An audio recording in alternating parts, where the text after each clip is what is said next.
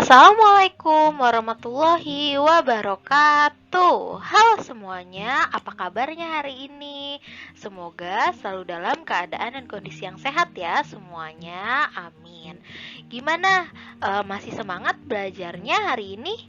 Semoga masih, dan kembali lagi bersama Budi ya. Hari ini kita akan belajar tematik Tema 5, subtema 1, muatan bahasa Indonesia. Sebelum mulai belajar, mari sama-sama kita mengucapkan basmalah. Bismillahirrohmanirrohim.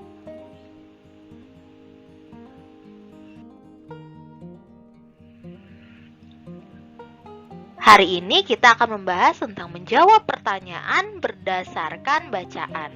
Untuk dapat menjawab pertanyaan dengan tepat, caranya yang pertama adalah pahami isi bacaan dengan cara menemukan semua informasi penting dalam bacaan.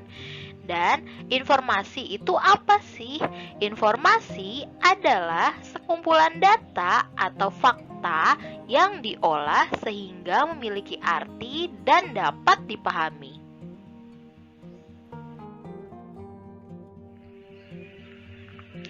Suatu pertanyaan biasanya mengandung kata tanya seperti berikut ini. Yang pertama, apa? Apa untuk menanyakan benda atau peristiwa. Yang kedua, siapa? Siapa untuk menanyakan tokoh dalam cerita, dan di mana untuk menanyakan tempat. Kata tanya selanjutnya adalah kapan? Kapan untuk menanyakan waktu. Lalu selanjutnya mengapa? Mengapa untuk menanyakan alasan atau sebab. Dan yang terakhir bagaimana untuk menanyakan cara, proses atau tahapan.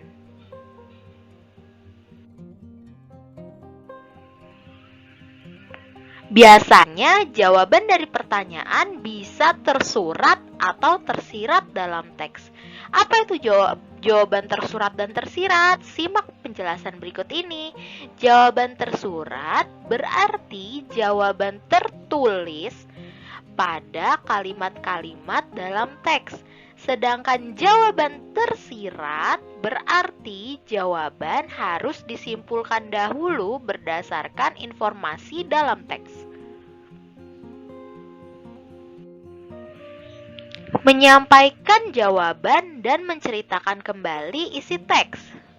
Yang akan dijelaskan pertama adalah menyampaikan jawaban. Untuk menjawab pertanyaan dengan tepat, terlebih dahulu baca dan pahami isi bacaan dengan baik. Cara membaca yang baik adalah dengan membaca dalam hati atau tidak bersuara. Dengan membaca dalam hati, kita dapat lebih cermat mencari hal-hal penting di dalam teks tersebut serta menjawab pertanyaan yang diberikan.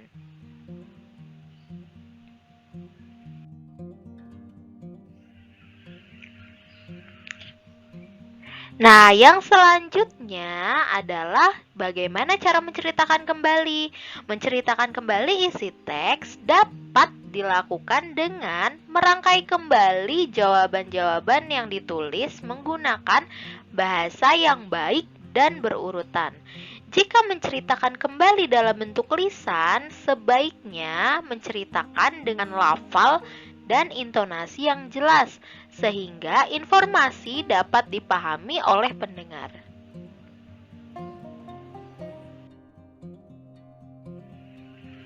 Selanjutnya menjelaskan informasi dari teks yang dibaca. Berikut langkah-langkah untuk mengidentifikasi dari suatu teks. Yang pertama, perhatikan judul teks. Yang kedua, bacalah teks dengan seksama. Yang ketiga, temukan kata kunci dalam setiap paragraf. Yang keempat, pahami kalimat utama yang mengandung kata kunci tersebut. Yang kelima, semua kalimat utama yang kita temukan merupakan informasi penting dari teks tersebut.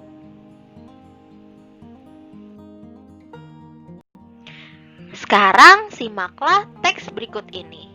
Tuanku Imam Bonjol yang memiliki nama lengkap Muhammad Shahab merupakan salah satu pahlawan Indonesia. Beliau lahir di Pasaman, Sumatera Barat pada tahun 1772 dan wafat di usia 92 tahun pada 8 November 1884. Peto Syarif adalah panggilan pemimpin yang tegas menentang penyimpangan ajaran-ajaran agama di Sumatera Barat.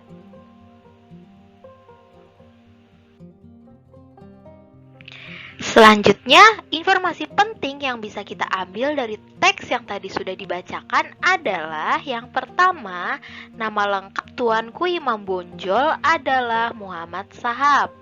Dan yang kedua, Tuanku Imam Bonjol lahir di Pasaman tahun 1772 dan wafat pada tahun 1864 di usia 92 tahun. Selanjutnya, mempresentasikan informasi dalam bentuk peta pikiran. Nah, sudah beberapa kali Budia jelaskan apa itu peta pikiran dan sekarang akan Budia ingatkan kembali ya. Peta pikiran merupakan suatu cara untuk menyajikan konsep, ide, atau informasi lainnya dalam bentuk diagram.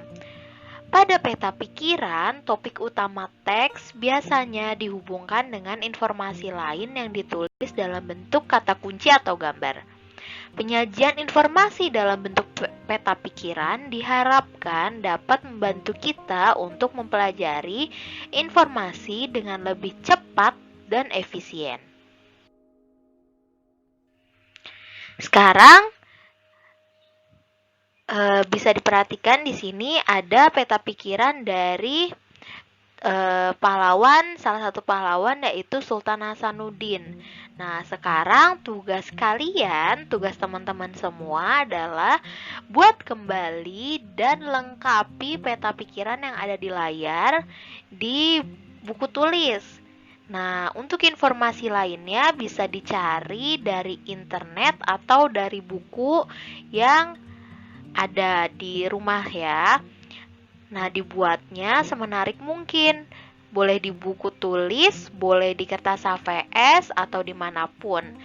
Gambarnya juga boleh di print atau tidak usah juga nggak apa-apa. Yang penting tertulis jelas ya nama tokohnya Sultan Hasanuddin.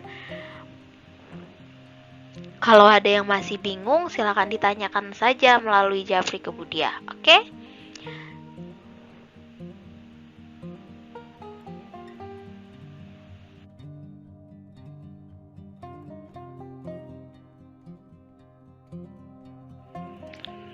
Sekian pembelajaran kita pada hari ini.